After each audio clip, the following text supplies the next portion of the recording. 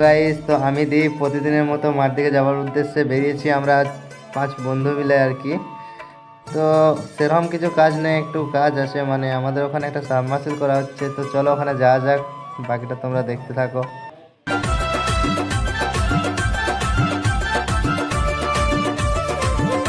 তো ফাইনালি আমরা ওখানে কাছাকাছি চলে এসেছি আর কি। তো চলো দেখি কতদূর কি কাজ হয়েছে। মিনিমাম কাজ হয়ে গিয়েছে।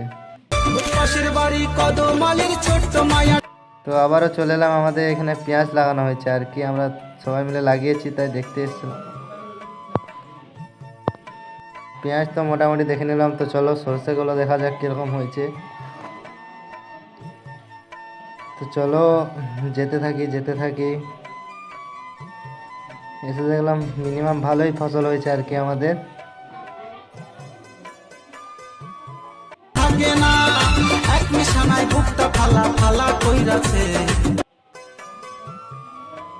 দেখো কতখানি সরষে লাগিয়েছি আমরা। তো কিছু